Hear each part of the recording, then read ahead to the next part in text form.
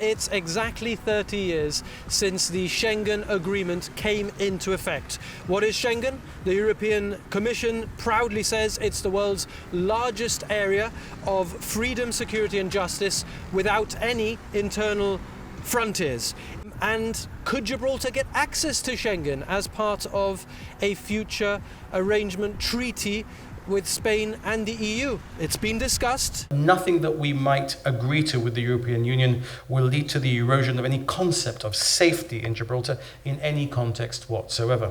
And a big point of concern for us, I mean, part of the membership, we have the negotiating right, for example, for the borders and coast guard. So what will that mean for our members not to have controls or not to have what we have now in terms of security at the border? What does that mean for the workforce?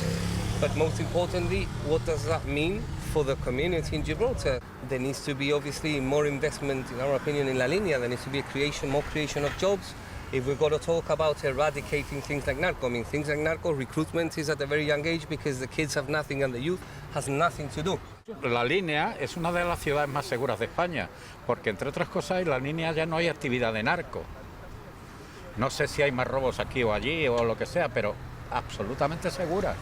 We don't want to go back to what it was.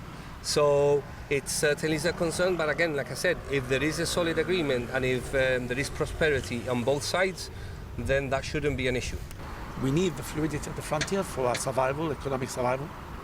And I think we should.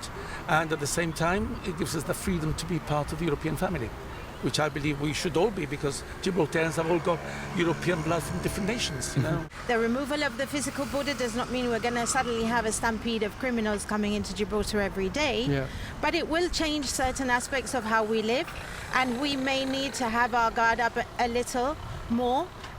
But I don't think that change is going to be it's going to have a hugely negative impact for Gibraltar. You don't think it would? I don't think it will have a hugely negative impact for Gibraltar. I think a restriction on our movement and on our freedoms would have a much bigger negative impact on our community. And we do need to work within the complexities of Brexit to ensure that that doesn't happen, that there isn't a hard Brexit, because otherwise I think that the consequences are going to be serious consequences, you know.